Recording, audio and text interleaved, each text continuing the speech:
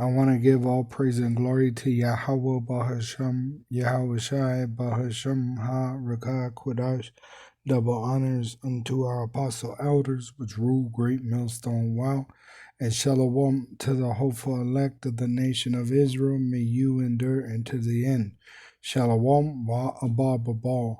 So this is Joel 1, verse 15, which it's a prophecy of the last days, the judgment that's going to take place in our generation, which is known as the day of the Lord. It says in Joel 1 verse 15, Allah's, which is an expression of grief for the day of, Allah's, for the day of Yahweh is at hand, and as a destruction from the Almighty shall it come. All right, and it tells you in Jude, all right, verse 14, and Enoch, which Enoch was before the time of Noah, also the seventh from Adam, prophesied of these things, the same prophecies that I just read in Joel of the day of the Lord. While Enoch prophesied it back before the flood, and even Adam, all right, it was the purpose of this earth. You know, it was created for this purpose. It's for the purpose of the Lord's will to be played out. It says, prophesied of these, saying, behold, the Lord cometh, which Yahweh is going to send his son Yahweh Shai, with 10,000s of his saints from heaven, to execute judgment upon all, and to convince all the Israelites that didn't believe, that especially in America, because America is going to be destroyed with nuclear missiles, and we've been prophesying, right, trying to convince our people to believe in Yahweh Ba'ashem Yahweh Shai as it is written in the Holy Scriptures. But for the most part, their conscience has been seared by the false doctrines of the so-called white race and the other nations, which Edom, that so-called white race, is the wicked that rule the world, which are actually really red. They're the red devil the Bible speaks of. All right. And this was the judgment for the devil and his angels. But you got Israelites in America that is hearing these videos, seeing the camps, and they're rejecting the truth. So the Lord, when he comes back, he's going to convince them by nuclear fire.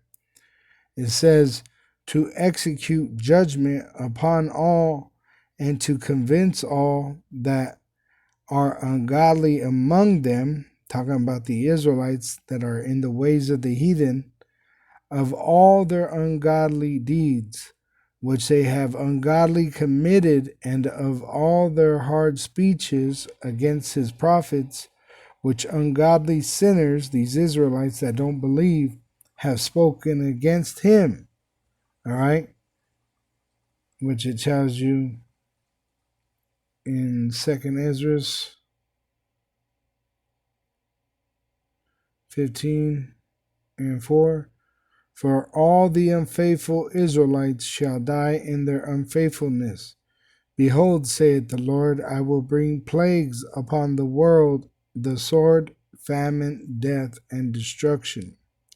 It says in verse 9, and therefore, saith the Lord, I will surely avenge them, his prophets, and receive unto me all the innocent blood from among them which believe in Yahweh Ba'ashem Yahweh Shai. It says in verse 22, my right hand, Yahweh Shai, the right hand of Yahweh, shall not spare the sinners, and my sword shall not cease over them that shed innocent blood upon the earth.